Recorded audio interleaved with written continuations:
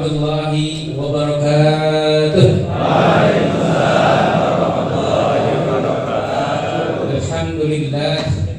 Alhamdulillahis samad lam yalid wa lam yulad wa lam yakul lahu kufuwan ahad. Asyhadu an la ilaha illallah wahdahu la syarika lah wa asyhadu anna Muhammadan 'abduhu wa rasuluh alladzi la nabiyya ba'dah.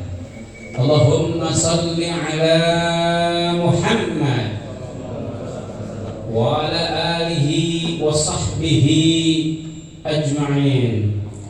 Faqala Allah Ta'ala fil Qur'anil Karim, a'udzu billahi minasy syaithanir rajim. Ya ayyuhalladzina amanu taqullaha haqqa tuqatih wa la tamutunna illa wa antum muslimun. Wa ya ibadallah, usikum wa nafsi bitaqwallah la'allakum turhamun. Bapak-bapak serta pimpinan cabang Muhammadiyah Majenang dan juga ketua KMM pimpinan cabang Muhammadiyah Majenang beserta seluruh jajarannya dan juga para mubalik sedistrik Majenang yang terdiri dari 6 kecamatan, 5 kecamatan Karangpucung, Cimanggu, Karwi, wah patuh hal ya. Ya, ini belum turun nih ya screennya. Bapak Ibu yang dirahmati, Bapak-bapak yang dirahmati oleh Allah Subhanahu Wa Taala. Pada kesempatan ini saya akan sharing, tapi sayang sekali layarnya belum bisa turun, ya. Remote-nya ya. Oke, terus ini usahakan nggak bisa dipaksa ini ya. Cerita yang lain dulu. Oke, cerita yang lain. Bapak Ibu yang dirahmati Allah Subhanahu Wa Taala, semua di antara kita yang hadir pada kesempatan ini tentu memiliki tujuan yang sama, betul tidak? Tujuannya apa? Apa? Tujuannya apa? Hah? Tujuannya apa? Pimpinan dan diserahkan. Tujuannya? Pimpinan dan diserahkan. Dibinasakan dan dibina dan dicerahkan. Ya. Jadi yang mencerahkan dan membina itu ya sama-sama. Bukan berarti kemudian saya yang membina, bukan saya yang mencerahkan, tetapi kita sama-sama mencerahkan, ya, sama-sama membina seperti itu. Nah, oleh sebab itu tradisi di Muhammadiyah itu bukan tradisi menggurui, ya. Di Muhammadiyah itu bukan tradisinya bukan tradisi menggurui, tetapi sifatnya sharing bersama-sama. Maka tidak ada di Muhammadiyah itu cerita pengkultusan, karena tidak boleh kita mengkultuskan ustaz, tidak boleh kita mengkultuskan seorang mursyid, tidak boleh kita kemudian mengatakan si A, si wali, si B, wali dan lain sebagainya. Yang ada kan wali murid boleh kan begitu ya. Seperti itu. Pak, di Muhammadiyah tidak ada tradisi semacam itu. Semua egaliter.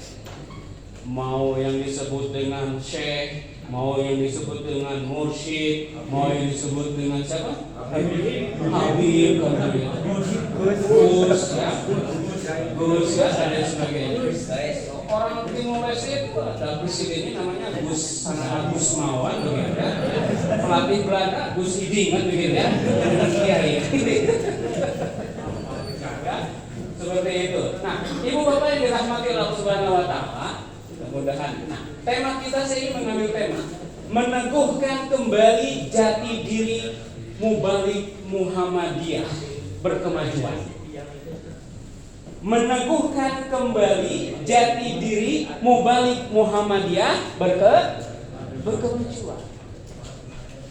Pertanyaannya berarti ada mubalik yang tidak berkemajuan? Ada tidak? Ada.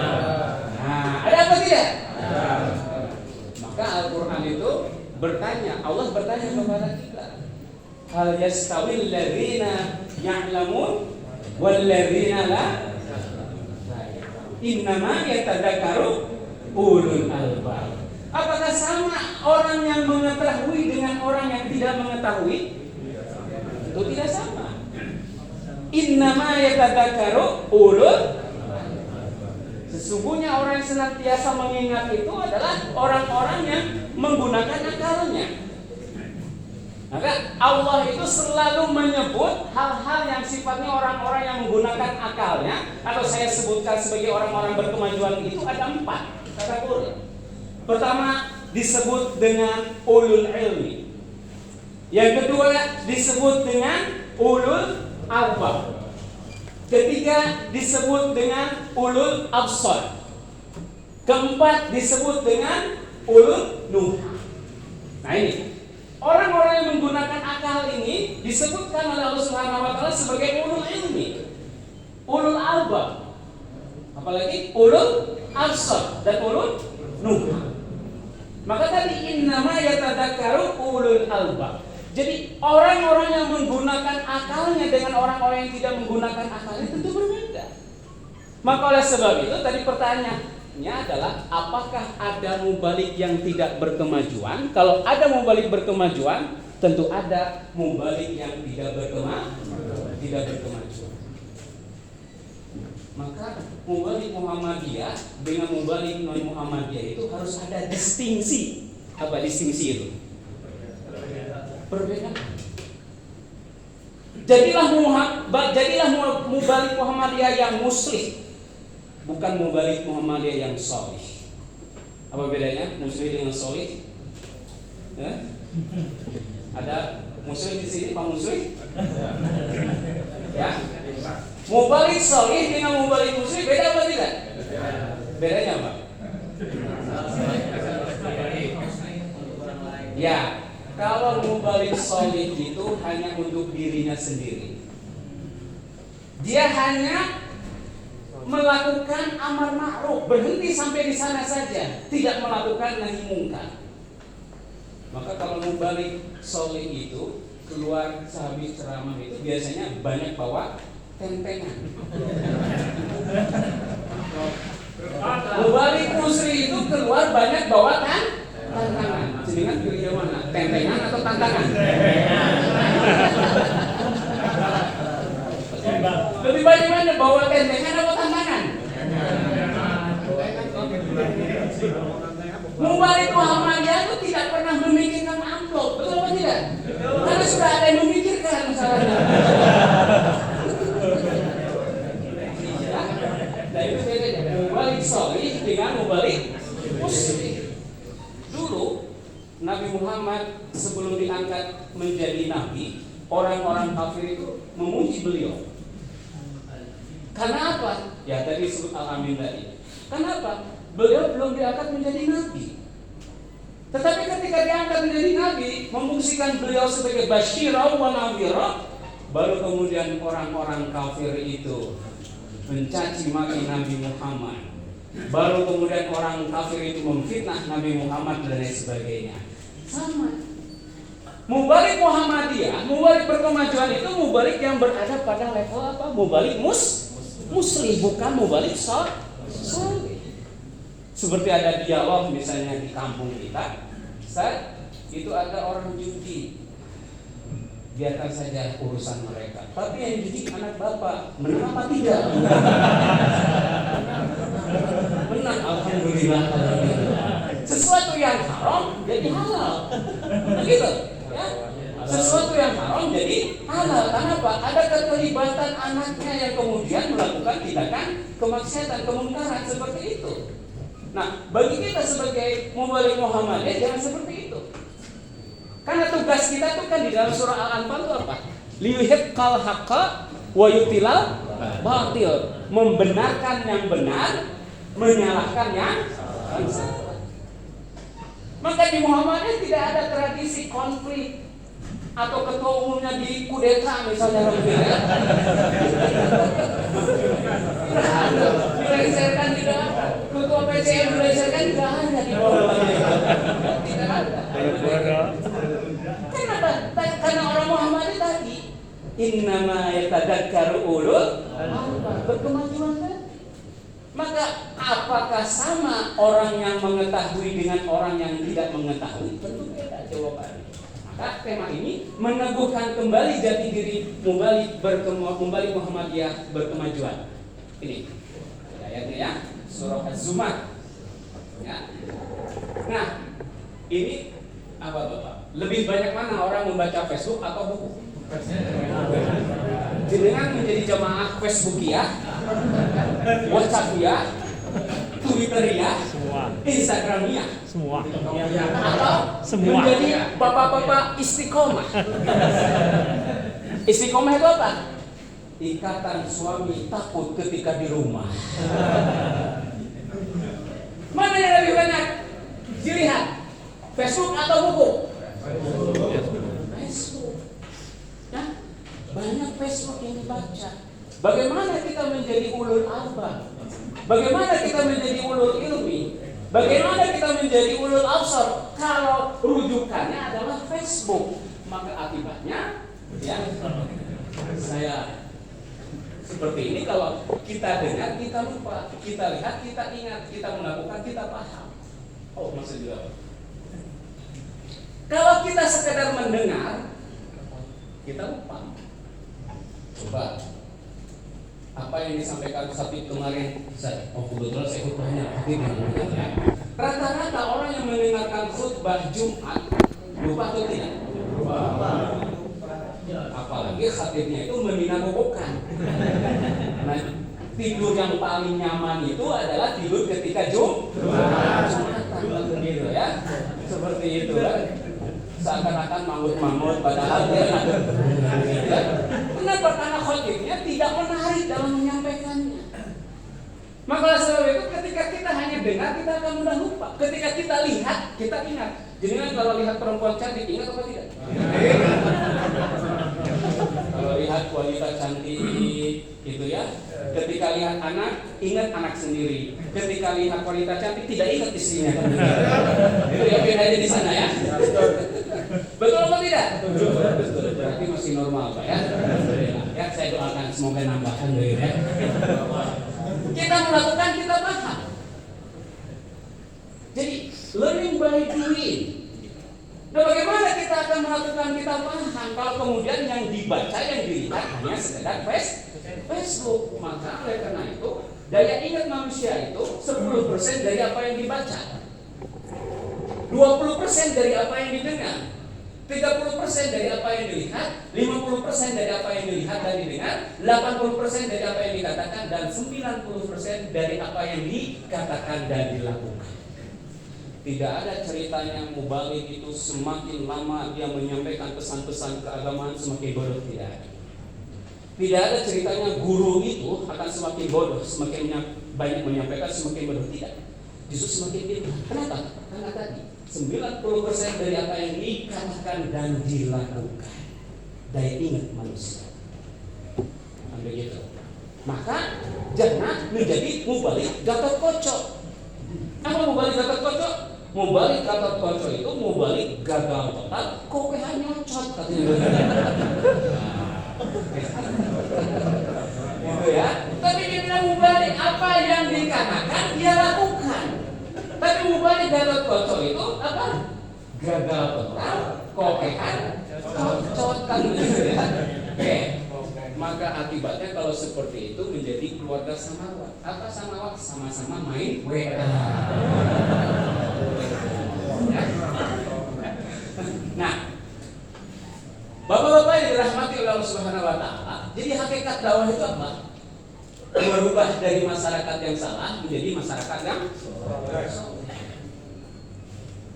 Maka transformasi apa yang dilakukan? Dakwah merubah individu, merubah masyarakat, merubah kultural dan struktural, merubah material, spiritual dan juga konsesional pada dataran operasional. Mana yang lebih susah? Merubah budaya atau struktural? Lebih susah ya? Karena apa? Masyarakat kita itu menjadikan agama sebagai budaya dan budaya dijadikan sebagai agama. Paham maksudnya? Kalau kemudian agama dijadikan budaya, ditinggalkan, tidak ada kemudian merasa beban. Orang lebih mewajibkan tahlil daripada sholat. Betul atau tidak? Ya, baca manakiban begitu waktu adzan tiba, sholatnya ditinggalkan, manakibannya terus berlanjut. Tahlil berlanjut walaupun sholat tiba. Padahal tahlil itu bukan wajib juga tidak, sunnah juga tidak, dan lain sebagainya. Yang justru wajibnya adalah sholat malah ditinggalkan. Jadi agama sebagai budaya sebagai agama itu tentu akan sangat berbahaya. Maka Muhammadiyah dengan tegas melalui majlis tarjih itu, mubalik Muhammadiyah itu menyampaikan pesan-pesan keagamaan itu basisnya adalah HPT, himpunan putusan tarjih. Ya, basisnya adalah HPT, himpunan putusan tarjih. Seperti itu supaya apa? Ada kesamaan. Walaupun kemudian pada prakteknya nanti di lapangan itu tidak hitam di atas putih. Contoh saya, di masyarakat saya itu yang MU-nya hanya saya, mayoritas MU, Newcastle United begitu. Ya, diundang saya manakiban, Pak, jenengan saya undang untuk isi ceramah. Acara manakibannya nggak usah datang, ya, datang ceramah kita makan dan lain sebagainya. Saya datang ketika ceramah, berarti orang itu sudah menghormati saya. Saya datang, justru kesempatan bagi saya untuk mengisi, untuk memberikan pencerahan kepada mereka. Coba kalau saya tolak, pasti kemudian mereka menjudge saya sebagai Wahabi kan begitu, ya, intoleran, anti NKRI, radikal kan begitu ya, NKRI harga mati, BUMN harga nego, ya, kuota haji korupsi kan begitu ya, seperti itu. Itu yang terjadi.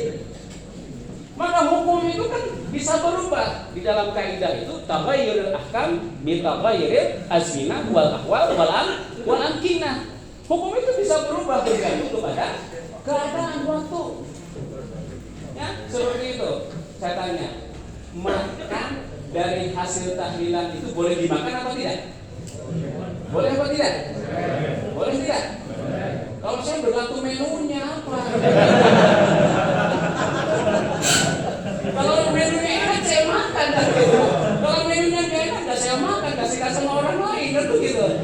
Nah, Muhammadiyah itu fleksibel dalam hal-hal yang demikian. Bandingkan dengan Salafi, bandingkan dengan Persis. Keluarga saya di Bandung gitu Persis, ya, garis keras begitu, seperti itu ya. Di Bandung itu dikasih makanan dari tetangganya NU, nggak mau dia makan karena dianggap sesaji kan begitu. Kalau saya kasih makan, fried chicken kok emang mubazir saya seperti itu ya, seperti itu. Nah itu. Jadi hukum itu bisa berubah, tidak kemudian kita kaku di dalam memahaminya. Nah, bapak-bapak yang dirahmati Allah Subhanahu wa taala, jadi Muhammadiyah, cahaya Islam berkemajuan. Maka tema Muhammadiyah kalau milad tahun lalu itu apa temanya? Memajukan kemakmuran bangsa. Kalau sekarang memajukan kesejahteraan bangsa. Selalu berpikir tentang kesejahteraan, kemakmuran, bukan untuk kelompoknya, bukan untuk keluarga persyarikatan, tapi untuk semuanya. Maka tidak ada ceritanya di Muhammadiyah itu yayasan milik individu. Ada tidak? SMK ini milik individu misalnya. Ada tidak? Pesantren milik individu. Ada apa tidak? Maka Ustadz Masbur itu Kiai SK kan begitu ya. Setiap berapa tahun kemudian SK keluar kan begitu. Karena tidak ada pondok pesantren milik pribadi Muhammadiyah. Tapi bandingkan dengan yang lain, ya, begitu minta sumbangan mengatasnamakan organisasinya, begitu kemudian turun cair, maka kemudian masuk ke kantong pribadinya masing-masing, ormasnya ditinggalkan, kan gitu, ya. Nah itu perbedaannya di sana seperti itu. Nah oleh sebab itu, bapak-bapak yang dirahmati Allah Subhanahu wa taala, nah ini kita harus sering mata depannya ya, supaya apa seperti ini ya.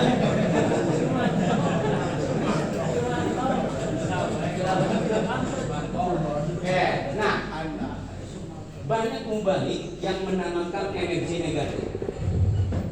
penghalang terbesar menuju impian Anda adalah ada dalam diri kita, yaitu pikiran negatif. Bagaimana pikiran negatif itu berbahaya bagi diri kita? Ada perkataan ulama, wa inna minal bayani lasihra. Di setiap kata-kata itu ada unsur energi. Ada buku ini menarik. Judul bukunya The Attraction Law, hukum ketertarikan. Ketika kita mengatakan negatif, maka yang akan terefleksikan dalam perbuatan kita itu adalah hal-hal yang negatif. Contoh energi negatif itu. Panjenengan mau ceramah, tiba-tiba masuk angin. Karena masuk angin aku nggak jadi ceramah. Lagian juga amplopnya sedikit kok. Mendekam di kamar mandi atau di kamar gitu ya, menanamkan energi negatif, sakit, maka bertambahlah penyakit itu dalam diri kita karena kita sudah menanamkan energi negatif dalam diri kita. Tetapi kalau kita menanamkan energi positif, besok ada ceramah, tidak melihat isinya besar atau kecil, karena itu tanggung jawab dari kita. Bismillah, walaupun saya sakit, sebagaimana Nabi Ibrahim alaihissalam ketika sakit, beliau berkata apa? Wa idza maritu fahuwa yashfi. Ketika aku sakit, maka Allah lah yang menyembuhkan. Bismillah, atas izin Allah menyembuhkan apa yang saya rasakan di dalam diri saya. Insya Allah beliau sembuh dan saya harus ceramah. Itulah energi positif yang harus ditanamkan dalam diri kita. Maka penting bagi kita jangan sekali-kali menanamkan energi negatif di dalam diri kita. Tanamkan energi positif. Jangan menikah lagi, tanamkan energi positif. Istri saya tidak marah. Berani Pak? Berani? Menikah lagi, saya tanamkan energi positif. Istri saya, insya Allah tidak marah. Oke. Nah, jati diri yang hilang. Ada jati diri yang hilang. Teman-teman saya di Yogyakarta, di Semarang itu banyak orang Muhammadiyah, tapi tidak mau mengaku Muhammadiyah.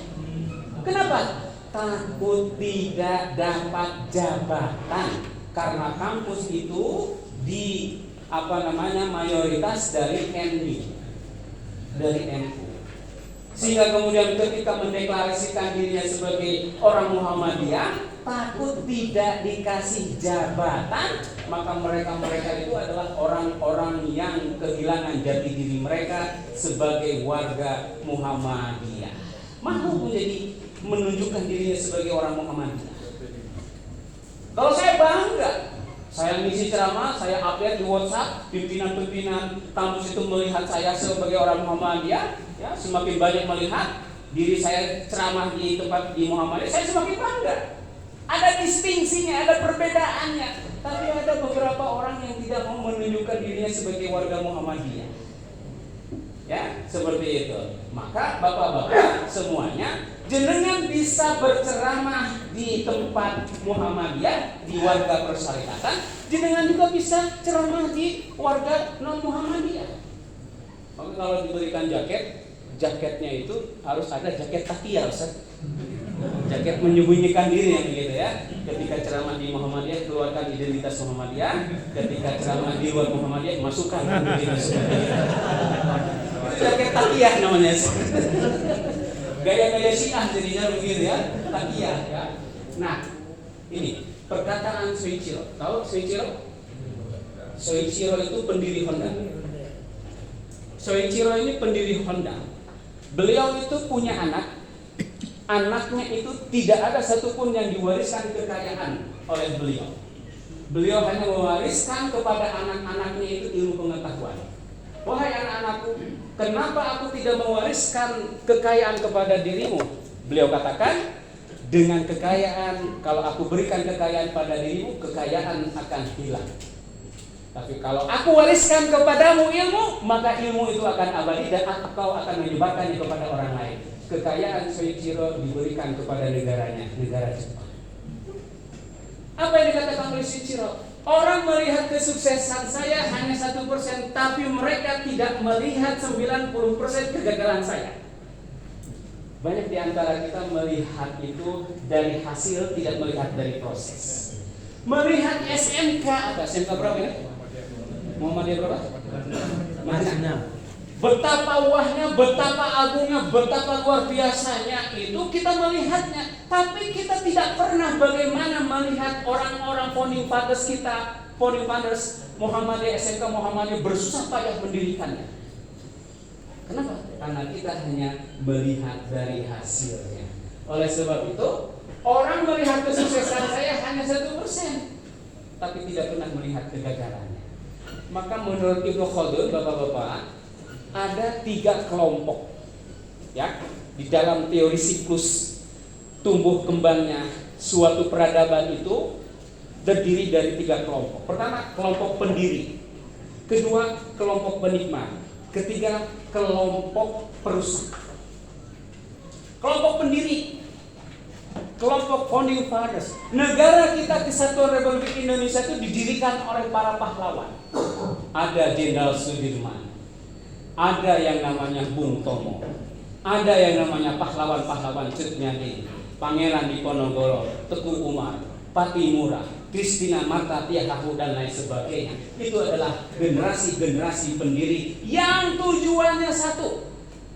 Tujuannya satu, melindungi bangsa Indonesia dan berdirinya negara Kesatuan Republik Indonesia. Mereka berjuang tanpa pamrih, murni demi kepentingan bangsa. Maka tidak ada dari keluarga pahlawan itu keluarganya cucunya menjadi orang kaya. Ada apa tidak? Atau dari keluarga Bung Tomo menjadi wapres misalnya begitu. Ada apa tidak? Ada tidak? Tidak ada. Kenapa? Itu generasi pendiri. Mereka itu ridha lillahi ta'ala mendirikan bangsa ini. Yang kedua, masuk ke generasi penikmat. Generasi penikmat ini generasi yang melanjutkan apa yang digagas oleh para pendiri, para founding fathers kita. Mereka kemudian melanjutkan pembangunan sampai kemudian di akhir masanya dia mengalami suatu kemunduran. Kenapa? Terjebak kepada nepotisme. Ya, terjebak kepada nepotisme. Dan yang ketiga adalah generasi perusak. Generasi perusak ini apa yang digagas oleh penerusnya lalu kemudian dirusak sama sekali. Undang-undang MK, Mahkamah Konstitusi dirusak diobrak-abrik. Ya, laut kemudian ada apa di-coupling kan begitu ya.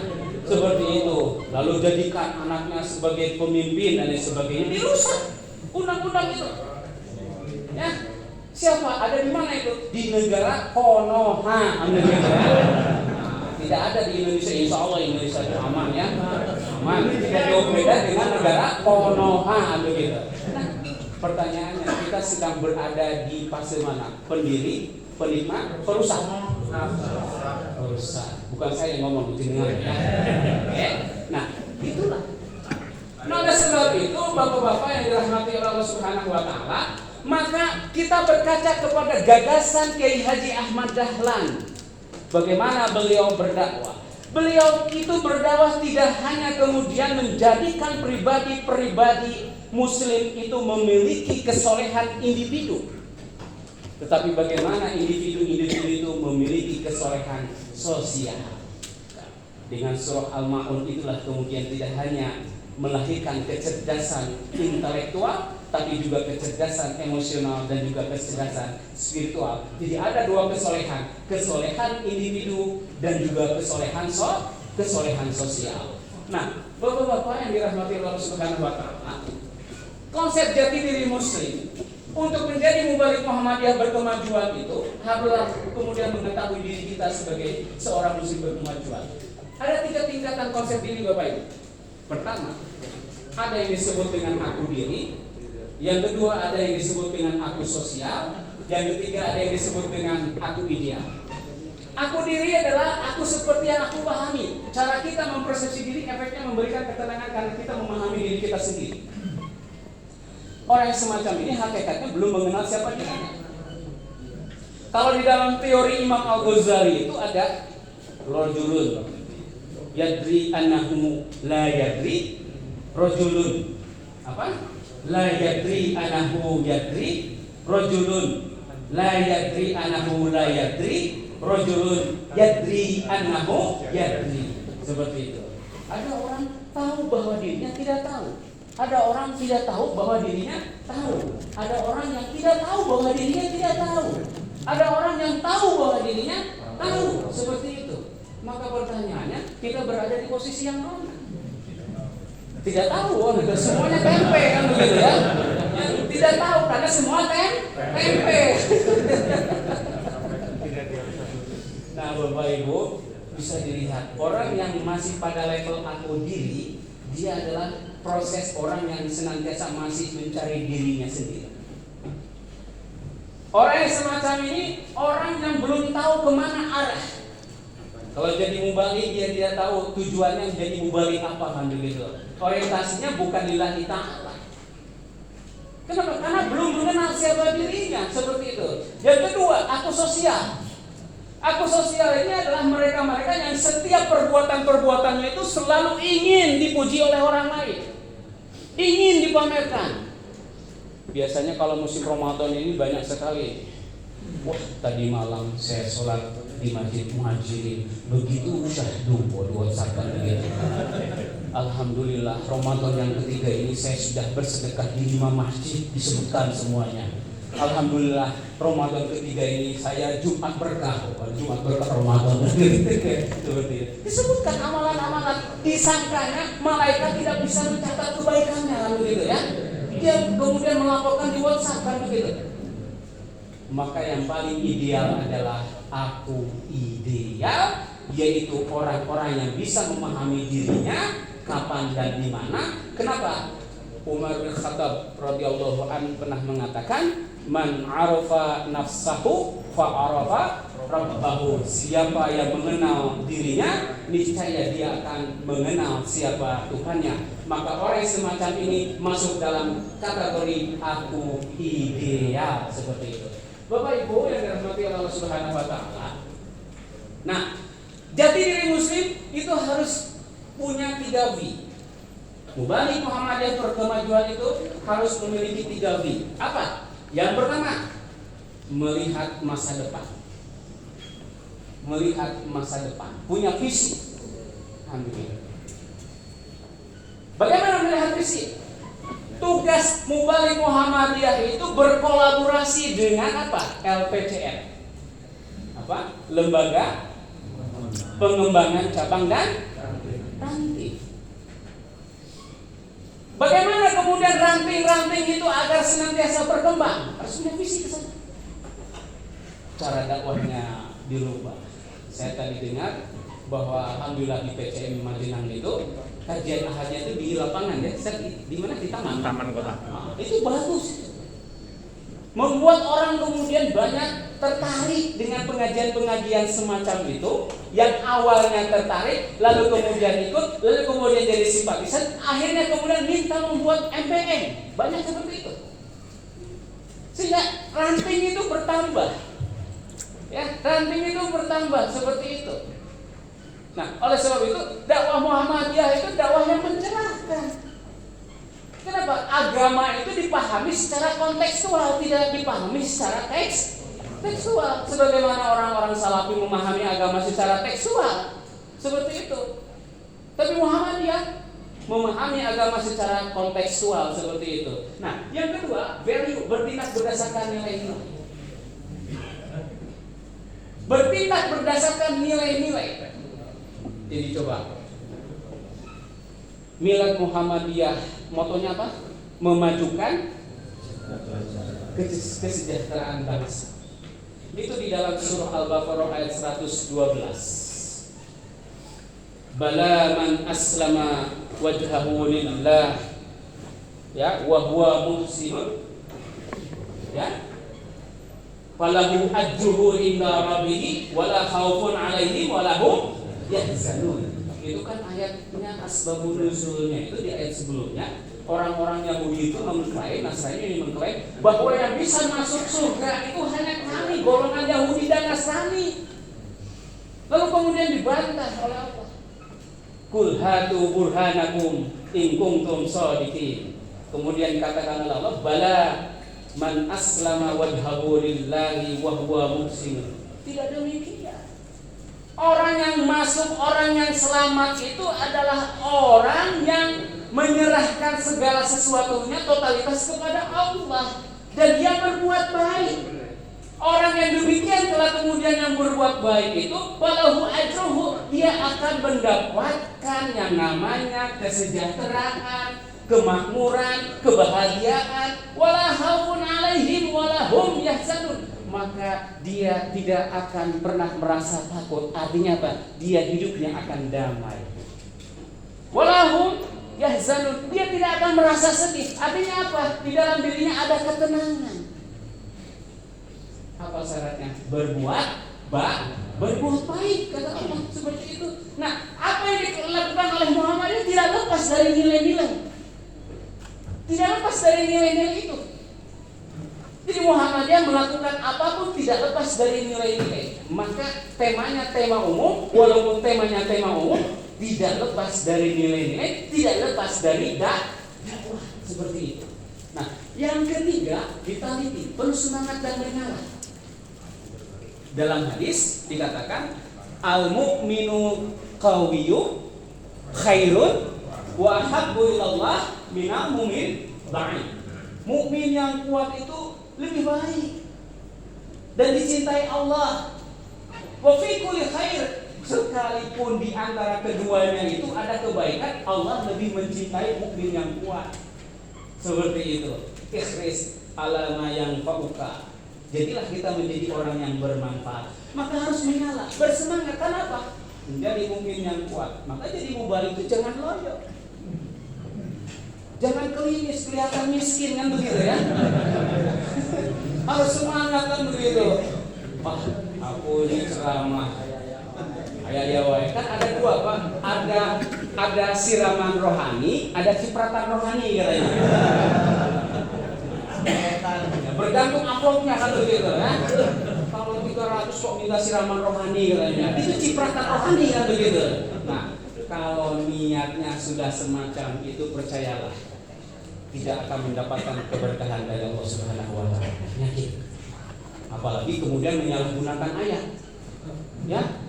Wala tashtaru bi ayati thamanan qalila. Diterjemahkan bebas, jangan bayar aku dengan harga sedikit kalau gitu. Nyeleneh lagi ya seperti itu ya. Ini bahaya. Nah, oleh sebab itu bapak-bapak yang dirahmati Allah Subhanahu wa taala harus semangat. Harus semangat. Harus berapi-api, apalagi ketika khutbah Jumat. Khutbah Jumat kok tidak berapi-api. Sidang Jumat yang dirahmati oleh Allah Subhanahu wa taala. Pada kesempatan ini baca Quran. Ya, bagaimana jamaah akan semangat? Tidurlah lebih dalam gitu ya. Seperti itu. Khutbah Jumat itu harus berapi-api. Ikuti tata cara bagaimana Nasrani itu ketika berpidato. Begitu berapi-api. Saya praktekkan ya. Saudara-saudara yang kasih dalam firman Tuhan dan saudara-saudara yang sedang dalam keadaan galau, percayalah firman Tuhan akan ada bersama saudara-saudara. Itu menyemangati kita. Masa kita kalah dengan mereka? Mereka ada mewartakan, menyampaikan kebatilan dengan semangat, apalagi kita menyampaikan kebenaran. Kenapa kita tidak semangat? Saudara-saudara gitu ya.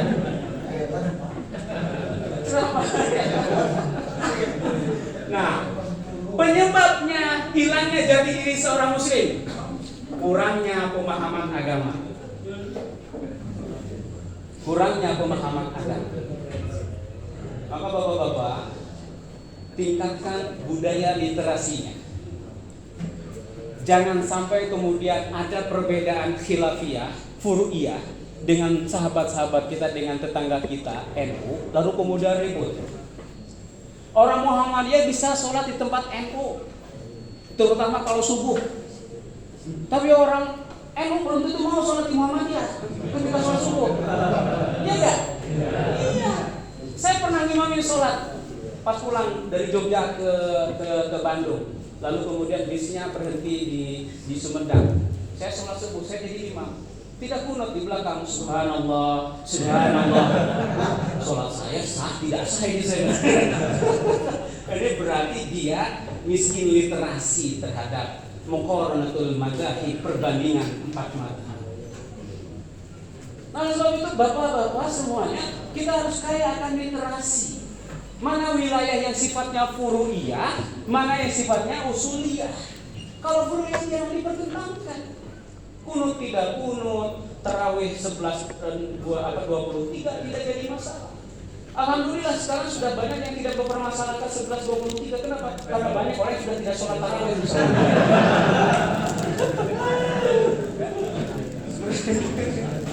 Nah, pemahaman agama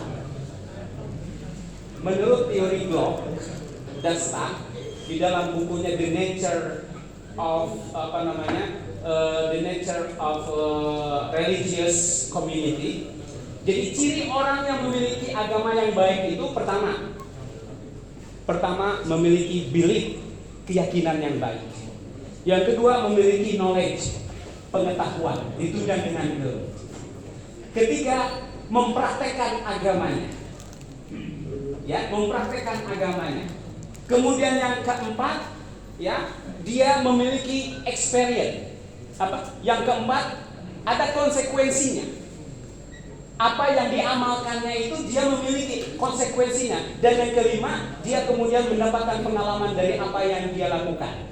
Ini menurut bukunya The Nature of Religious Community. Jadi ciri seseorang itu agamis atau tidak itu dilihat dari 4 hal tadi. Pertama apa tadi? Keyakinannya bagaimana. Yang kedua pemahaman agamanya. Yang ketiga adalah bagaimana kemudian dia mengamalkannya. Yang keempat apa tadi? Konsekuensinya. Dan yang kelima adalah pengalamannya. Seperti ini bisa dilihat dari sana. Nah, sebab itu semakin kita kaya akan literasi, semakin toleran terhadap perbedaan. Bandingkan dengan orang-orang salafi, melihat perbedaan, bisa nerima apa tidak? Tidak menerima. Atau orang-orang Muhammadiyah, Ustadz ini sebut apa? Ustadz Subhat kan begitu. Itu Ustadz Subhat masih mending Ustadz Subhat. Kamu Ustadz Haram saya bilang seperti itu ya. Ustadz Subhat masih sama kan, tapi Haram sudah jelas saya bilang seperti itu. Nah, itu yang terjadi. Kenapa? Karena apa? Miskin literasi. Yang mengklaim bahwa diri mereka lah yang paling paham agama. Di luar mereka tidak paham agama. Padahal kajian itu adalah kajian, apalagi dalam teori deep learning. Deep learning itu apa? Kita bawa ke dalam tablik ya, ke ceramah. Ada 3 hal dalam deep learning itu apa? Meaningful learning, mindful learning, dan kemudian joyful learning. Pengajian yang bermakna, pengajian yang mengarahkan kepada kesadaran, pengajian yang membahagiakan. Dan endingnya apa? Enlightenment, pencerahan kepada masyarakat seperti itu. Itulah yang harus dilakukan oleh Mubalik Muhammadiyah. Maka mubalik yang di luar Muhammadiyah tidak mengenal yang namanya joyful itu. Ada yang joyful saja, gagelan isinya, tapi tidak bermakna. Ya? Isinya dagelan, gojek, pengajiannya cuma 1 menit kan begitu. Isinya dagelan, dan itu yang banyak diminati oleh masyarakat. Ada yang tanya, ada dari Muhammadiyah dai yang lucu? Dai lucu mana saya bilang? Kita akan mengundang dia. Nggak ada di Muhammadiyah dai yang lucu gitu. Kalau mau yang lucu itu sewa pelawak saya bilang seperti itu. Nggak ada. Akri kan begitu, ya? Nah, pelawak kan begitu. Boleh kita melucu, tetapi jangan tinggalkan syariat. Banyak orang melucu kemudian melanggar syariat, melanggar pesan-pesan. Jadi itu apa? Artinya menghilangkan kemaksiatan dengan kemaksiatan. Persis seperti mengomentari film Azab Ilahi, Azab Sang Pelacur judul filmnya itu. Wanita telanjang ditonton oleh ustadz, dikomentari kan begitu. Nah, ya, seperti itu. Jadi pelacur, kisah jadi pelacur, tayangannya bagaimana dilihat, kemudian dikomentari oleh ustadznya. Orang ini kok mau-maunya komentari kan begitu. Itu sama dengan menghilangkan kemaksiatan dengan kemaksiatan. Maka di dalam amar ma'ruf nahi mungkar pakai prinsip pegadaian. Gimana? Menghilangkan masalah. Menghilangkan maksiat tanpa maksiat seperti itu harusnya. Nah, ini yang terjadi di masyarakat seperti itu. Nah, yang selanjutnya pengaruh budaya dan lingkungan yang kuat.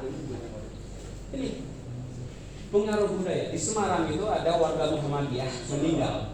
Lalu kemudian ada 3 hari diperingati. Maksudnya bukan diperingati, di rumahnya itu dihibur dengan pengajian-pengajian, dengan tausiah. Saya menyampaikan kepada mereka, boleh diadakan acara semacam ini, tapi masyarakat perlu disampaikan warganya. Program ini bukan wajib, bukan hal yang wajib.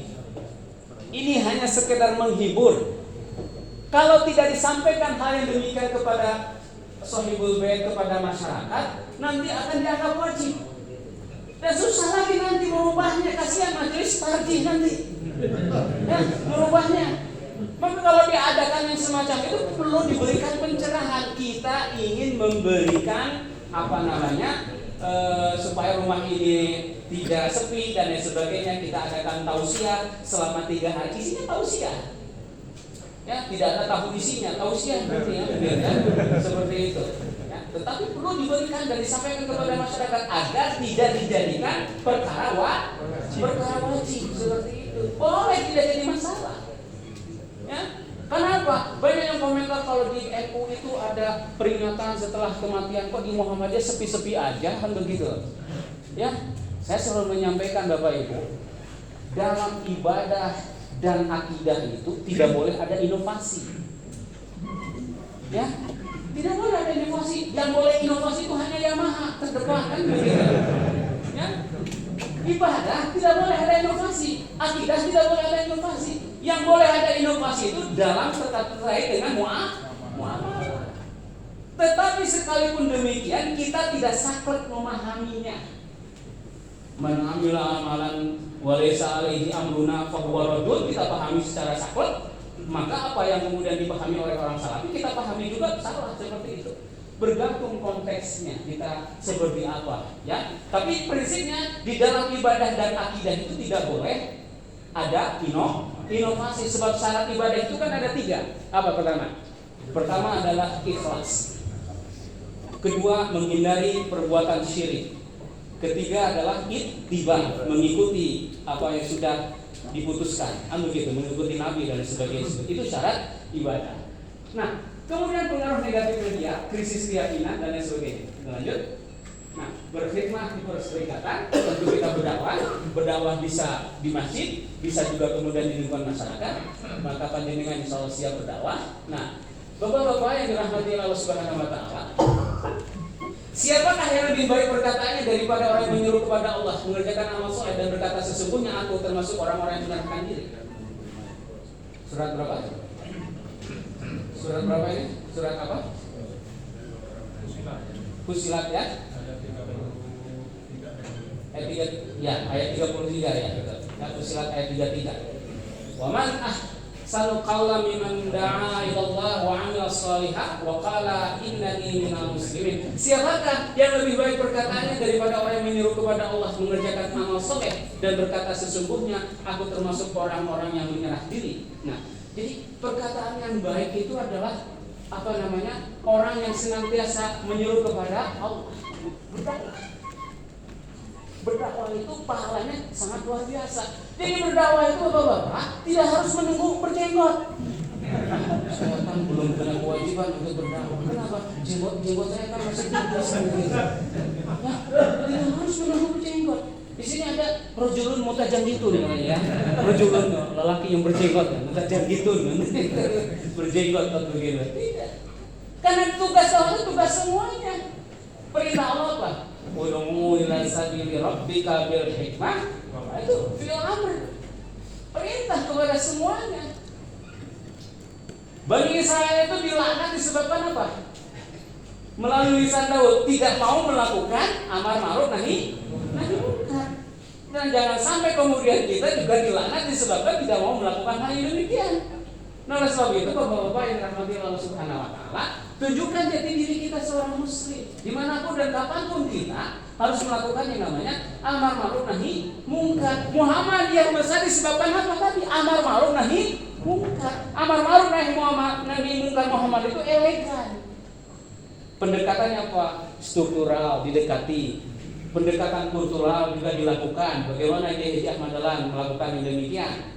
Ya. Kita juga kemudian meneladani Wali Songo di dalam berdakwah, ya. Walaupun orang Salafi tidak percaya adanya Wali Songo, tapi kita percaya ada Wali Songo karena memang ada sejarahnya seperti itu ketika berdakwah.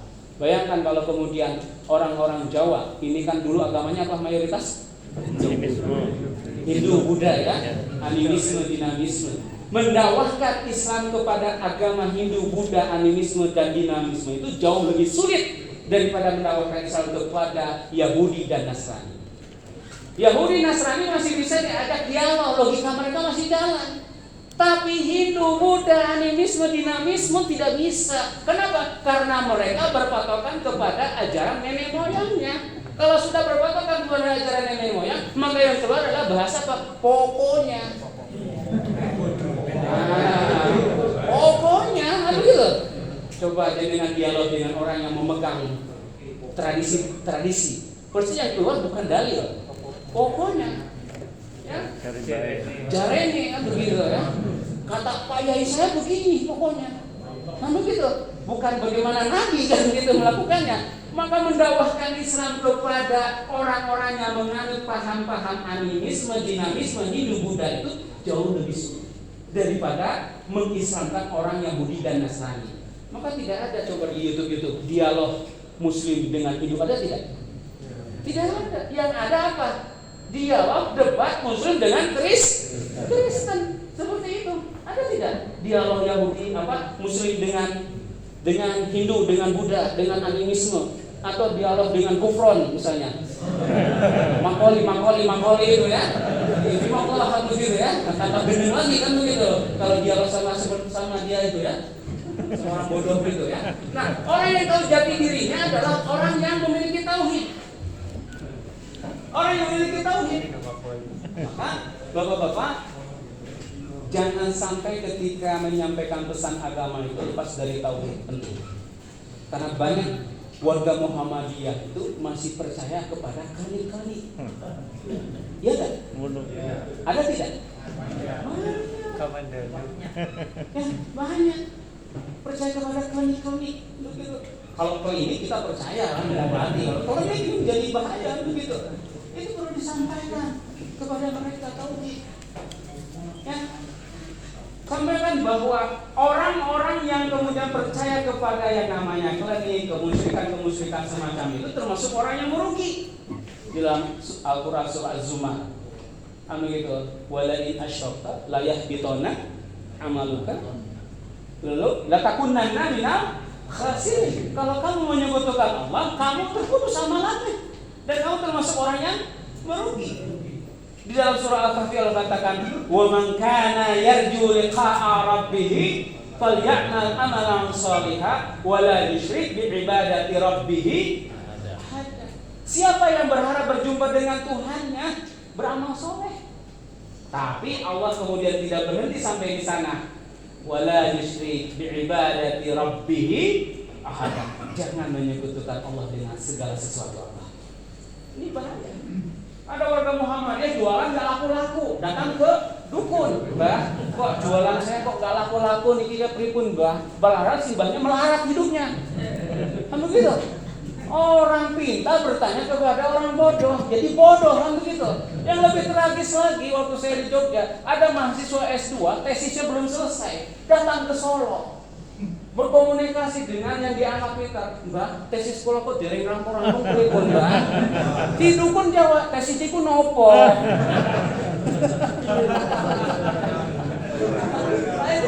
Parah kan begitu seperti itu. Itu yang terjadi. Nah, itu mereka muslim yang belum tercerahkan, muslim yang belum berkemajuan. Jadi muslim berkemajuan itu adalah muslim yang disebut dengan ulul albab. Siapa? Alladzina yadhkurunallaha qiyaman wa qu'udan wa 'ala junubihim wa yatafakkaruna fi khalqis samawati wal ardh. Rabbana ma khalaqta hadza batila subhanaka faqina 'adzabannar. Itu seperti itu. Nah, yang selanjutnya ketaatan dalam beribadah. Rasulullah sebagai panutan, dan ketiga adalah ketaatan dalam beribadah, etika dan moralitas, kemudian ukhuwah, persaudaraan. Ukhuwah itu kan ada 3. Pertama, ukhuwah itu ada 3. Pertama apa? Yang disebut dengan ukhuwah Islamiyah, persaudaraan sesama muslim. Ormas apapun selama Tuhan yang Allah Subhanahu wa taala, nabinya adalah Nabi Muhammad sallallahu alaihi wasallam, kitab sucinya adalah Al-Qur'anul Karim, maka dia adalah muslim. Maka bedakan antara perbedaan dengan pertentangan. Beda apa tidak? Perbedaan itu Muhammadiyah dengan NU banyak persamaannya. Tapi kalau pertentangan, Muhammadiyah dengan Ahmadiyah itu pertentangan. Kenapa? Karena Ahmadiyah meyakini ada Nabi setelah Nabi Muhammad. Itu bukan perbedaan, tapi pertentangan. Jadi bedakan antara perbedaan dengan pertentangan. Muhammadiyah dengan Al-Irsyad itu ada perbedaan. Muhammadiyah dengan Persis itu ada perbedaan. Tapi kalau Muhammadiyah dengan Syiah jelas itu pertentangan. Muhammadiyah dengan Ahmadiyah itu jelas pertentangan. Apalagi dengan si Gufron kan begitu ya, mengaku sebagai orang yang memiliki kemampuan menurut Abu Jahal memarahi malaikat dan lain sebagainya ya. Yang kedua, ukhuwah basyariah. Ukhuwah basyariah itu apa? Ukhuwah sesama anak manusia. Siapapun dia, agama apapun dia, harus kita bantu. Ketika panjenengan di jalan ada orang kecelakaan, jangan ditanya KTP-nya dulu. Coba cek KTP-nya. Oh, Nasrani kafir, mampus lo misalnya. Dosa hukumnya itu. Ya, dosa hukumnya. Harus kita bantu, harus kita tolong. Tetangga kita kemudian ada yang meninggal Nasrani, boleh kita tidak membantu mereka menyiapkan tenda-tenda, memasang kursi-kursi gitu. Boleh atau tidak? Boleh, silakan. Yang tidak boleh itu mendoakannya. Lalu kemudian Allahumma firlahu warhamhu ikut sholat jenazah kan begitu ya, dipimpin oleh seorang ustaz Muhammadiyah dengan pedenya. Padahal Nasrani. Itu bukanlah kemudian ibadah, tapi iltibas, mencampur adukan keyakinan. Dan yang ketiga adalah ukhuwah watoniyah, persaudaraan sesama anak bangsa. NKRI didirikan oleh founding fathers kita, dan yang mendirikan adalah tokoh-tokoh Muhammadiyah diantaranya, dan juga tokoh-tokoh NU, maka harus kita rawat. Semua yang ada di negara kesatuan Republik Indonesia adalah saudara, walaupun beda agama, walaupun beda suku, karena negara kesatuan Republik Indonesia bagi Muhammadiyah itu menjadi apa? Darul ahdi wa syahadah, seperti itu. Maka harus kita rawat, harus kita jaga. NKRI jangan sampai kemudian berpecah belah satu sama lain di antara warga negara kesatuan Republik Indonesia. Kemudian bapak-bapak yang dirahmati Allah Subhanahu wa taala, ya. Esensi jati diri muslim berkemajuan atau mubalik Muhammadiyah berkemajuan pertama apa? Tauhid, ukhuwah Islamiyah, pedoman Al-Quran dan Sunnah. Dan ciri khas muslim berkemajuan, mubalik berkemajuan itu bagaimana? Dinamis dan adaptif. Dinamis dan adaptif. Pengajian itu bapak-bapak ya sekali-kali pakai LCD, walaupun sering pakai LCD langsung cangkemnya dewe kan begitu ya. Ya, sekali-kali. Buat PowerPoint yang menarik dan lain sebagainya, sehingga kemudian ngisi pengajian itu tidak selalu BCL. BCL itu apa? Belamben cangkem kan begitu. Bukan dengan pendekatan BCL, belamben cangkem. Ada. Sekali-kali kemudian menggunakan model training, ada Mentimeter tentang kebahagiaan di mana dan sebagainya. Saya sering menggunakan itu semi training kepada jamaah sehingga variasi adaptif. Nah, disitulah kemudian tantangan di dalam berdakwah. Kemudian ilmiah dan rasional. Nah, tanamkan kepada jamaah itu beragama itu berbasis kepada 3 hal. Apa? Data, fakta, logika. Apa datanya? Dalil nakli dan dalil akli. Dalil naklinya apa? Al-Quran dan Al-Hadis. Dalil aklinya apa? Ayat-ayat kauniyah. Bagi Muhammadiyah ayat kauniyah ini menghasilkan peradaban, menghasilkan rumah sakit, menghasilkan lembaga pendidikan, menghasilkan sekolah, menghasilkan panti asuhan dan lain sebagainya. Kenapa? Dari ayat-ayat kauniyah itulah yang kemudian. Maka Muhammadiyah memaknai zikir itu tidak statis, tapi zikir dinamis, bukan hanya kontemplatif. Muhammadiyah memaknai zikir itu bersifat dinamis. Kalau zikir kontemplatif yaitu masuk dalam kategori zikir statis, cukup dengan tasbih, tahmid, takbir, tahlil, cukup sampai di sana. Tapi Muhammadiyah tidak hanya berhenti kepada sifatnya kontemplatif, lalu kemudian menjadikan zikir itu dinamis sehingga menghasilkan peradaban seperti itu. Bapak, Ibu yang dirahmati Allah Subhanahu wa taala. Nah, ini fenomena di mal-mal sekarang. Ada istilah rojali, rombongan jarang beli. Rohana, rombongan hanya nanya. Roh halus, rombongan hanya ngelus-ngelus. Roh halus, rombongan hanya lihat-lihat. Roh cegah, rombongan cek harga. Romansa, rombongan manis senyum aja. Rotasi, rombongan tanpa transaksi. Roh salib, rombongan suka selfie. Roh cadok, rombongan cari jodoh. Roh juta, rombongan cuci mata. Roh musa, rombongan muka susah. Tapi yang mana? Kita yang mana? Roh jadi rombongan jadi. Mau kasih film banyaknya ini mau ya seperti itu. Nah, apa itu muslim ataupun mubalik berkemajuan? Mubalik berkemajuan bukan hanya sekedar modern atau kaya ya, tapi seorang muslim yang senantiasa berorientasi pada kemajuan di segala lini kehidupan, baik spiritual, intelektual, sosial maupun ekonomi, yang semuanya dilandasi nilai-nilai Islam. Ya. Dilandasi nilai-nilai Islam. Panjenengan jadi guru, jangan lepas dari nilai-nilai Islam. Walaupun ngajar matematika, walaupun ngajar biologi, walaupun ngajar kimia, walaupun ngajar teknik informatika, jangan lepas dari atau pendidikan jasmani. Jangan lepas dari nilai-nilai Islam. Maka ada istilah WOS, Unity of Sciences, kesatuan ilmu. Kenapa? Islam itu tidak pernah mendikotomikan, membedakan antara ilmu umum dengan ilmu agama. Semua ilmu itu asalnya dari Allah. Maka ada WOS, Unity of Sciences, kesatuan ilmu. Seorang guru biologi mengajarkan ilmu biologi tapi tidak lepas dari nilai-nilai Islam. Bagaimana? Menggunakan ayat-ayat Allah. Bagaimana proses penciptaan manusia. Di dalam Al-Quran ada ayatnya dan sebagainya seperti itu. Selanjutnya Bapak-bapak, konsep muslim berkemajuan memiliki landasan yang kuat dalam Al-Quran, beriman teguh dan bertauhid, ya. Kemudian perintah untuk berpikir dan berilmu.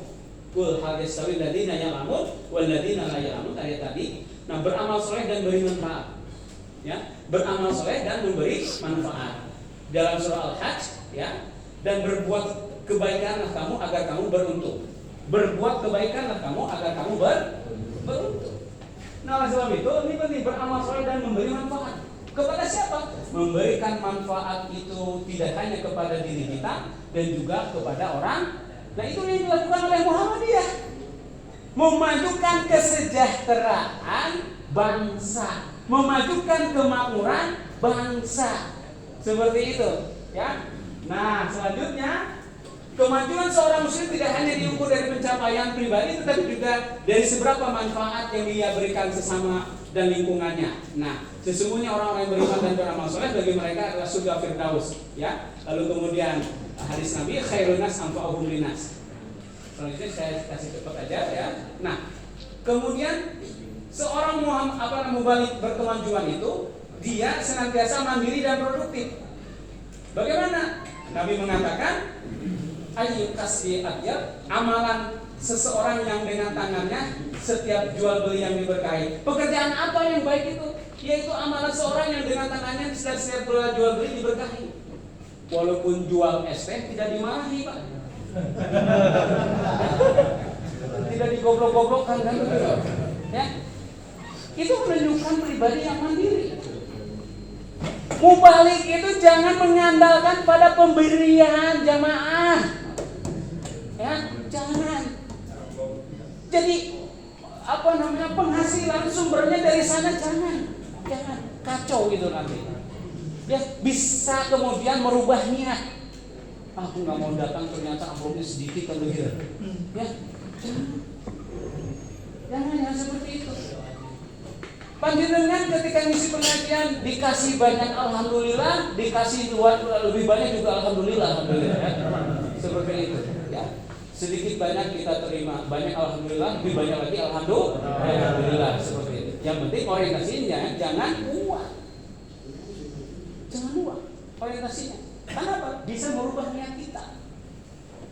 Dan kalau sudah orientasinya uang, lihatlah dalam kehidupan pribadinya ustadz itu pasti tidak baik. Kenapa? Orientasinya uang, bukan berubah. Nah, sebab itu bapak-bapak yang dirahmati Allah Subhanahu wa taala, dalam hadis Nabi, ya, Tidaklah seorang memakan suatu makanan yang lebih baik dari makanan yang ia makan dari hasil kerja kerasnya tangan sendiri. Karena Nabi Daud alaihissalam dahulu juga makan dari hasil kerja keras tangannya sendiri. Ya, jadi jangan mengandalkan kepada tabligh gitu ya, seperti itu. Walaupun demikian, memang kalau misalnya ini tugas KMM juga untuk memikirkan kesejahteraan, mau balik seperti itu, ya. Tapi jangan sampai kemudian mengundang mau balik dari misalnya Cimanggis datang ke sini, begitu kemudian dikasih hanya 3M misalnya. Makasih. Padahal dia naik motor misalnya ya. Ya, naik motor pakai bensin dan begitu ya, seperti itu, ya. Nah. 3M, makasih atau dibayar pakai mata uang yen. Yen belum ada uangnya, insya Allah nanti kita akan transfer dengan mata uang yen. Yen ringan kan seperti itu. Nah, itu harus dipikirkan. Tapi jangan mentarget, jangan kemudian menentukan harga. Oh, saya kalau diundang tarifnya sekian. Tidak boleh, itu aib bagi seorang mubalik Muhammadiyah itu. Aib gitu ya. Saya kalau tidak 2 juta saya tidak mau. Saya kalau tidak sekian juta saya tidak mau. Jangan, itu aib. Ya, ingat bahwa Ibu, pintu-pintu keberkahan itu justru ketika kita diundang dan kemudian diundang kita bertemu dengan warga, bertemu dengan jamaah, kita asik kan begitu. Di situ mereka mendoakan kita untuk sehat dan lain sebagainya. Itu yang kita lihat, silaturahim yang kita lihat. Ya? Saya diundang jauh-jauh oleh Ustadz Mas Bor, sebetulnya saya juga ada acara, tapi saya lebih pentingan di sini. Kenapa? Saya belum pernah datang ke sini. Ya, saya ingin bertemu dengan warga Majenang, saya bilang seperti itu. Maka saya niatkan betul datang ke sini. Seperti itu. Kenapa? Niat saya silaturahim dengan panjenengan. Ya, seperti itu. Kalau kemudian melihat acara, kebetulan di kampus saya diajak ke Malang. Ada acara evaluasi PPG, program pendidikan profesi guru. 4 hari di sana, ya, di hotel, seperti itu. Tapi saya tahu lah, saya sudah punya acara. Saya ngisi kajian di Muhammadiyah, saya bilang. Itu yang ngajak orang NU, saya gitu. Saya ngisi kajian di Muhammadiyah. Oh ya sudah, kalau gitu seperti itu. Itu ada kepuasan tersendiri, Pak. Ada kepuasan tersendiri. Saya pulang dari sini ada bisa cerita kepada anak saya, kepada teman-teman majlis tabligh. Kebetulan saya juga di tabligh semuanya. Di wilayah saya di Majlis Tabligh, di PDM saya di Majlis Tabligh, ketua Majlis Tabligh PDM Kota Semarang. Di cabang saya di pleno ngurusin tabligh, linear Pak. Jadi saya dapat sertifikasi nanti yang begitu. Karena linear masalahnya, ya. Di wilayah saya tabligh, di daerah saya tabligh, kan begitu. Di cabang ngurusin tabligh, kan begitu. Linear. Kenapa Bapak? Ada orang Muhammadiyah rasa memilikinya terlalu tinggi. Bagaimana orang Muhammadiyah rasa memilikinya terlalu tinggi? Dia tidak mau digeser di majlis-majlis yang basah. Kalau tabligh itu majlis air mata. Dia tidak mau digeser dari majlis air mata, dari mata air dengan air mata, begitu. Oh, berarti orang ini rasa memiliki terhadap Muhammadiyahnya terlalu tinggi, luar biasa, begitu. Maka bisa dilihat. Kalau orang niatnya berada di organisasi lillahi ta'ala, dimanapun dia ada, di majlis tabligh dia oke, di Dikdasmen dia oke, di LPCR dia oke, sebab menerima, samina wa atona. Tapi kalau orientasinya bukan karena membesarkan Muhammadiyah, digeser dari majlis yang tidak berduit, tidak mau. Ada apa tidak? Jadi seperti itu. Ono ora? Wong itu kok ora? Nah, terus saya lihat panjenengan ini kelihatan wajah-wajah ikhlas ini ya. Wajah-wajah ikhlas begitu. Wajah-wajah ikhlas begitu ya. Wajah-wajah ikhlas. Tak ini kelihatan miskin. Nah, bersemangatlah melakukan hal yang bermanfaat, ya. Nah, di dalam ikhlas alama yang fauqa wasta'in billahi wala tahzis. Bersemangatlah melakukan hal yang bermanfaat untukmu dan minta tolonglah kepada Allah, serta janganlah engkau malas. Jangan malas. Coba saya tanya, kalau jenengan buka WhatsApp, lalu kemudian ada pengetahuan, dibaca apa tidak? Skip toh? Itu ciri orang Indonesia itu apa namanya? Daya bacanya lemah. Niat bacanya punya, tapi daya bacanya lemah. Mau ini banyak banget. Kalau video lucu-lucu, tonton gitu ya sampai selesai kan begitu. Iya. Karena kita terjebak pada generasi dagelan kan begitu. Ya? Nah, itu pertanda bahwa kita berada pada apa? Kemalasan gitu untuk membaca. Di negara Norwegia, bapak-bapak, sekarang itu para siswanya tidak boleh menggunakan laptop untuk pembelajaran. Harus kembali kepada buku. Dicetak kembali jutaan buku di negara Norwegia. Kenapa? Menurut negara Norwegia merasa kehilangan generasi dengan dia menggunakan laptop itu. Maka Indonesia pun harus begitu. Kembali kepada buku-buku seperti itu. Nah, saya bimbing mahasiswa, bimbing tesis, bimbing skripsi, itu rata-rata menggunakan Google Scholar. Lah kamu landasan teori menggunakan apa? Artikel. Saya bilang jangan menggunakan artikel. Kamu baca di perpustakaan itu buku, bukan artikel. Rata-rata menggunakan Google Scholar. Ya, AI apalagi kan begitu, seperti itu. Banyak seperti ini menjadi the lost generation, kehilangan generasi kita, bahaya. Ke depan Bapak Ibu, dengan AI itu tidak ada lagi yang namanya guru atau dosen. Menggunakan robot. Bahkan orang Jepang itu sekarang ya semuanya berbasis robot.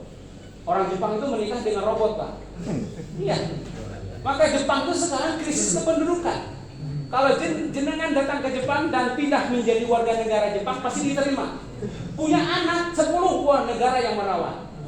Di Indonesia punya anak 1, wah merepotkan negara kan begitu. Ya, di Jepang dirawat betul, Pak. Kenapa? Karena Jepang krisis kependudukan. Iya. Kenapa kemudian film porno itu banyak di Jepang? Kenapa?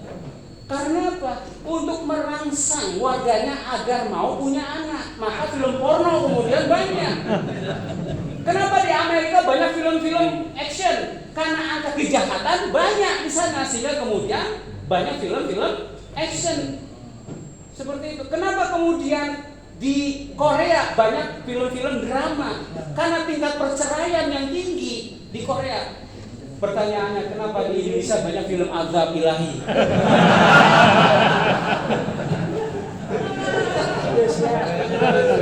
Ya karena banyak manusia yang berdosa. Seperti itu. Itu bedanya di sana, Pak ya. Seperti itu. Nah, oleh karena itu Bapak-bapak yang dirahmati oleh Allah Subhanahu wa taala, lalu berorientasi pada perbaikan, self improvement. Ya, berorientasi kepada perbaikan dalam segala sesuatunya. Lanjut, dan memiliki akhlakul karimah, lalu kemudian moderat. Nabi mengatakan, "Iyyakum wal ghulu fid fa innama man ahlaka qablakum al ghulu fid." Hendaklah kalian menghindari yang namanya ghulu. Apa? Ghulu itu berlebihan, ekstrim. Ekstrim itu ada 3, Bapak. Pertama apa? Ekstrim di dalam menokohkan seseorang.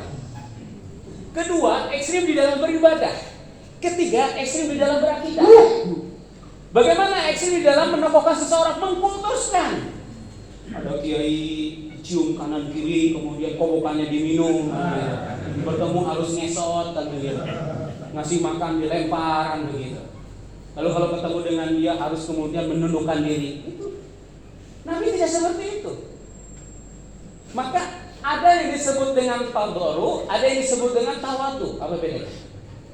Tadoru itu menundukkan diri hanya di hadapan Allah.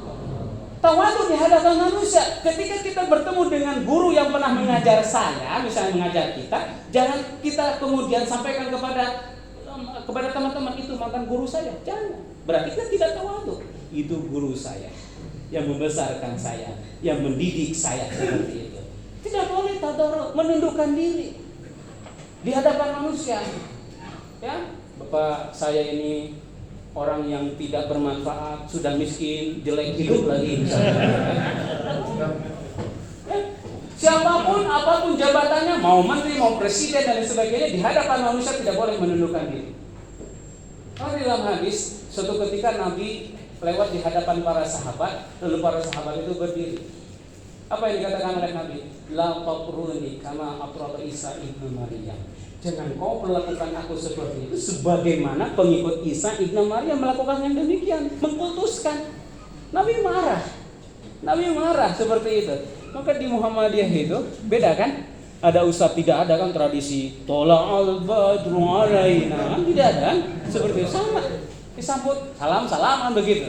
Kenapa? Sudah terbiasa kita. Kenapa? Dilarang mengkultuskan. Itu ekstrim, mengkultuskan itu ekstrim.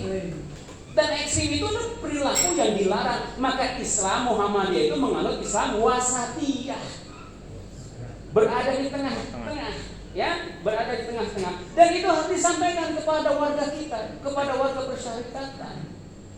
Jadi kalau ada Ustadz Muhammadiyah minta dicium tangannya, kakinya dan lain sebagainya, berarti itu membalik Muhammadiyah yang belum tercerahkan, belum ikut KMM dengan Ustadz Masdur. Yang kedua, ekstrim di dalam apa? Ibadah. Bagaimana ekstrim dalam beribadah? Ada orang puasa sepanjang hari puasa, padahal Nabi tidak pernah melakukannya. Kenapa kamu puasa setiap hari? Setiap diajak makan tidak mau puasa terus. Saya dapat ijazah. Dari siapa? Dari kiai. Ijazahnya asli apa tidak? Saya bilang.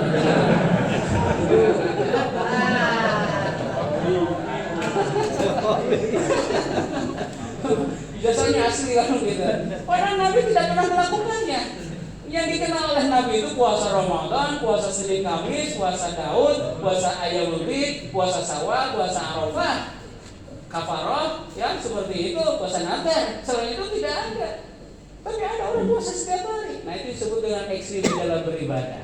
Ada lagi kemudian orang sholat diterjemahkan. Dulu ada Kiai Roy tahun 2006 sholat diterjemahkan. Allahu Akbar sesuai dengan bahasa masing-masing. Orang Jawa Allah ingkang gede. Orang Sunda Allah hunu ageng.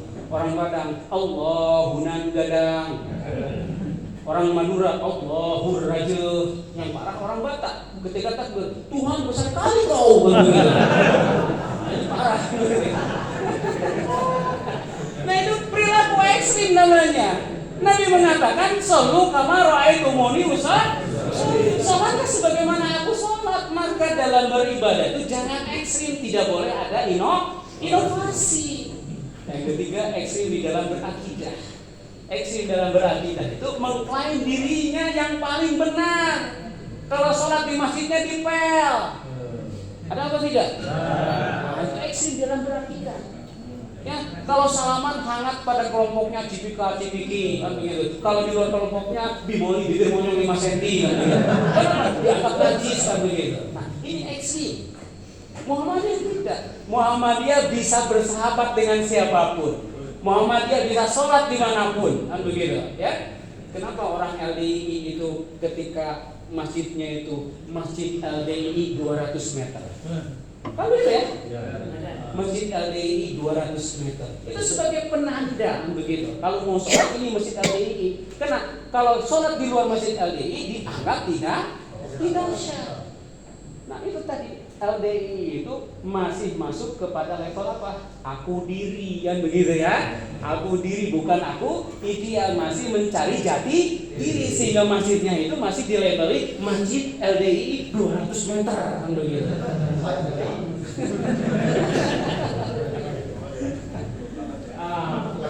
Jam berapa ini? Jam 10 kurang 5 menit. 10 kurang 5 menit ya. Saya selesaikan sampai subuh ya. Oke. Nah, Bapak-bapak yang dirahmati Allah Subhanahu wa taala, kemudian berani membela kebenaran, amar ma'ruf nahi munkar.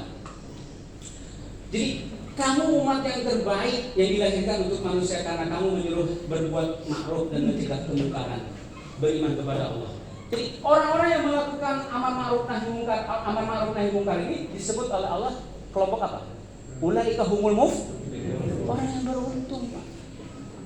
Jadi panjenengan mubalik ini orang-orang yang beruntung, orang-orang yang bahagia. Kelihatan di wajah-wajahnya wajah bahagia ya. Biar kata uang di dompet tinggal seceng katanya, tinggal 1000, tapi saya tidak akan menunjukkan kesedihan saya. Pura-pura bahagia itu memang susah, Pak ya. Oke. berjiwa sosial, peduli dan terhadap sesama. Nah, perumpamaan kaum mukmin dalam hal saling mencintai dan menyayangi dan berlemah lembut adalah seperti satu tubuh. Apabila salah satu anggota tubuh mengeluh sakit, maka seluruhnya tubuh akan merasakan sakit. Jaga kekompakan. Maksudnya begini, Ustadz Masrur kemudian ada anggotanya yang sakit, berusaha kemudian kita jenguk bersama-sama. Maka barangkali harus ada iuran mungkin, iuran anggota KMN. Ya sebulan nggak usah banyak-banyak, 1 juta. Enggak usah banyak, 10.000 misalnya kan, 10.000. Manakala ada mubalik yang terhimpun dalam KMN distrik Majenang itu sakit, bisa uangnya digunakan untuk membantu mubalik Muhammadiyah.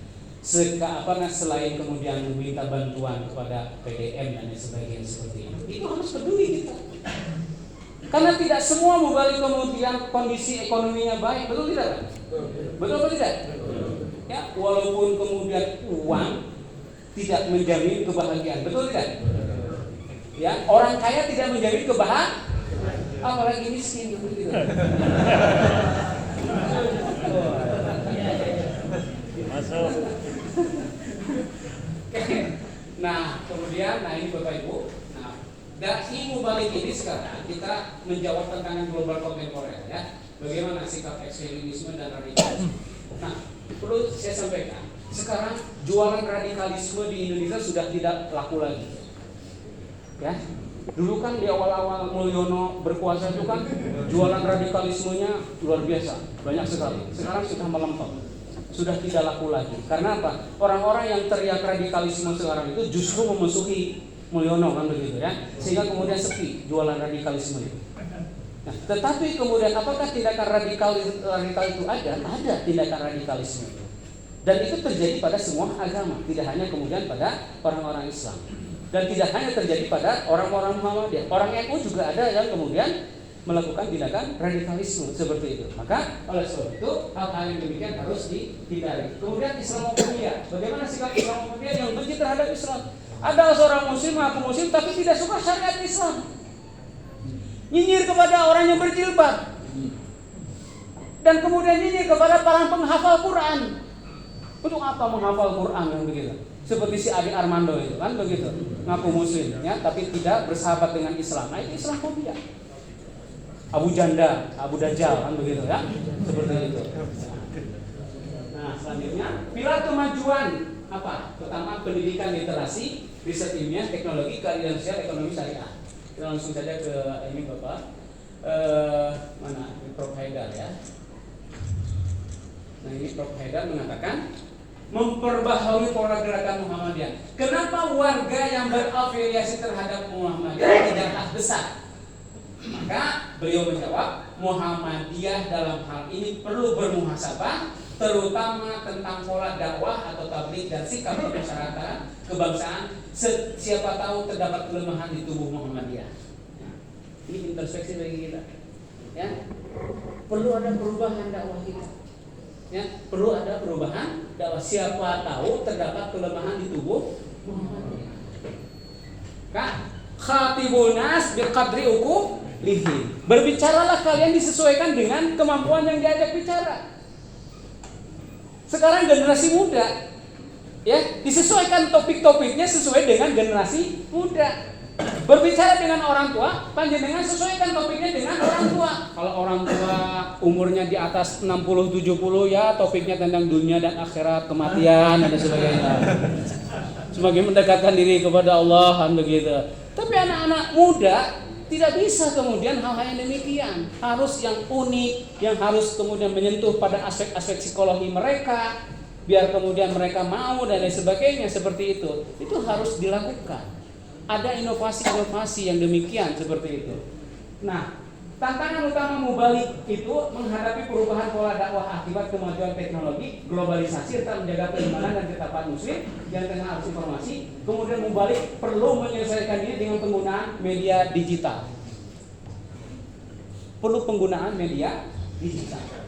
Ya, insyaallah di PCM Majenang sudah ada ya dakwahnya pakai YouTube. Ini disiarkan YouTube. Ya, disiarkan oleh YouTube. Jadi setiap kajian-kajian itu disiarkan melalui YouTube, karena itu juga akan sangat sangat efektif barangkali bagi mereka-mereka yang tidak bisa menghadiri secara offline. Ya, pengajian online itu tidak efektif sebetulnya Pak, karena banyak onliane kan begitu. Ya, onliane kan begitu. Maka kalau saya ngajar online Pak, wajib hukumnya menyalakan kamera. On cam. Ya, kalau tidak dinyalakan kamera, saya pikir bagi anda yang tidak menyalakan kameranya, saya remove dari Zoom, saya bilang.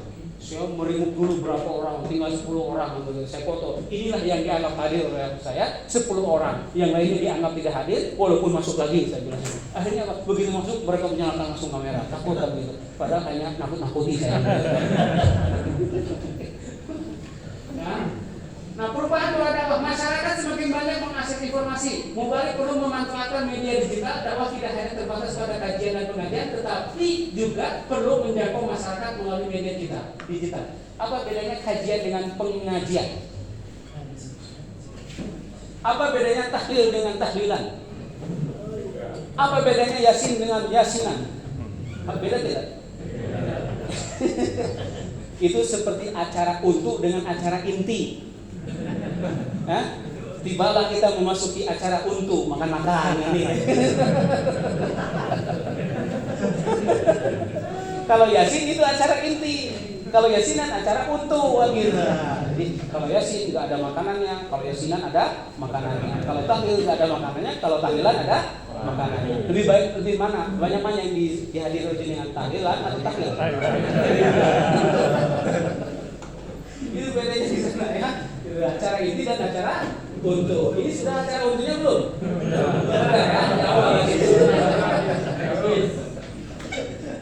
Nah, globalisasi informasi membawa arus informasi yang luas, termasuk berita hoax, ujaran kebencian dan propaganda. Bapak-bapak, sekarang kita memasuki era post-truth. Apa itu post-truth? Tahu? Ada yang tahu post-truth? Era post-truth? Post-truth itu era di mana kebatilan dipublish berkali-kali, yang seakan-akan kebatilan itu benar, sehingga kebenaran itu menjadi bias, tidak bisa dibedakan mana yang benar. Kenapa? Karena kebatilan dipublish berkali-kali, seakan-akan benar. Contoh, kelompok LGBT, ya, dipublish berulang-ulang yang seakan-akan LGBT itu bagian dari apa yang harus dihargai, yang harus dihormati. Lalu kemudian orang ini menyitir ayat Al-Quran, walaqad karramna bani Adam. Allah pun memuliakan anak Adam dan kami bagian dari anak Adam. Ini era post-truth di mana kebatilan, kebohongan, keculasan, ya, seperti halnya orang mau nyapres, masuk gorong-gorong, ambil itu seakan-akan itu menjadi calon yang sangat sederhana, calon yang sangat luar biasa disukai oleh masyarakat. Padahal itu adalah pencitraan kebatilan. Dianggap kemudian itu calon presiden yang sangat luar biasa, sederhana. Ini pilihan rakyat. Itu era post-truth. Ya, era post-truth. Semua kebohongan dan terbukti selama 10 tahun itu. Ya, pencitraan dan lain sebagainya yang terjadi. Ini era post-truth. Era post-truth seperti ini. Jenengan pernah dengar minuman Greensen? Tahu Greensen? Lalu kemudian perusahaan ini mengeluarkan produk zero alkohol, tapi namanya masih Greensen. Apa tujuannya? Tujuannya sejatinya orang-orang biar terbiasa meminum yang namanya Greensen. Awalnya dari tidak beralkohol, lalu kemudian sudah tidak memikirkan lagi tidak beralkohol, walaupun beralkohol dia minum. Supaya apa? Tujuannya apa? Terbiasa orang Indonesia minum yang namanya Greensen. Masyarakat sudah tidak bisa lagi membedakan mana yang benar dan tidak, bias. Sehingga kemudian orang susah cari uang, lalu komentar. Di era sekarang itu cari yang haram saja susah, apalagi yang halal. Iya, betul gak? Iya, seperti itu. Coba pilih mana? Minyak onta cap babi atau minyak babi cap onta? Pak? Minyak onta cap babi atau minyak babi cap onta? Pilih mana? Minyak babi cap onta atau minyak onta cap babi? Minyak babi cap onta. Minyak onta cap babi. Kalau orang waras, kalau berpikir. Tapi kalau masyarakat awam, wah ini pasti halal. Kenapa? Mereknya onta. Ya, itu era post-truth, Pak. Era post-truth itu. Maka Nabi berpesan kepada kita, innallaha la yanzuru ila aswarikum wala ila assamikum walakinnallah yanzuru ila qulubikum wa ila amalikum. Jangan melihat kepada bentuk rupa, jangan lihat kepada pencitraan. Pemimpin hebat itu tidak lahir dari gorong-gorong, kan begitu pesannya. Tidak ada ceritanya pemimpin hebat lahir dari gorong-gorong. Tidak ada ceritanya Indonesia maju gara-gara MBG. Negara maju itu apa? Backgroundnya pendidikan gratis, negara bisa maju, bukan karena MBG. Nah, sebab itu bapak-bapak yang dirahmati oleh Allah Subhanahu Wa Taala, jadi di era post-truth ini seakan-akan kemudian tidak ada lagi kejelasan, semuanya kemudian dianggap benar, ya. Tidak lagi kemudian mana yang hak, mana yang batil. Sebab apa? Yang hak dikatakan hak, yang batil dikatakan betul. Nah, ini era post-truth. Dalam bahasa Nabi, era ruwai bidah. Ya, era ruwai bidah, ya. Yang khianat dikatakan amanah, ya. Yang amanah dikatakan khianat. Itu era ruwai bidah. Era post-truth, kan begitu. Nabi sudah melukiskan seperti itu. Nah, oleh sebab itu Allah berpesan, idja'a fasikum binaba'in fatabayyanu. Jika ada orang fasik datang kepada kalian membawa berita, maka apa? Klarifikasi. Jangan kemudian dianggap betul. Alhamdulillah saya bangga dengan pimpinan pusat Muhammadiyah, Prof. Haidar, luar biasa, ya.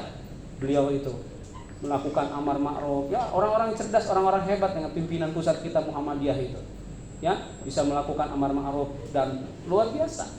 Tidak ada konflik-konflik di antara mereka pimpinan pusat itu, ya.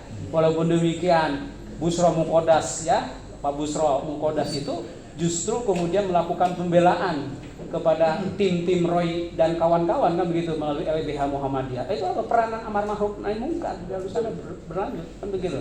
Seperti itu. Itu yang dilakukan. Demikian yang bisa disampaikan sebagai pembuka. Ini baru pembukaan.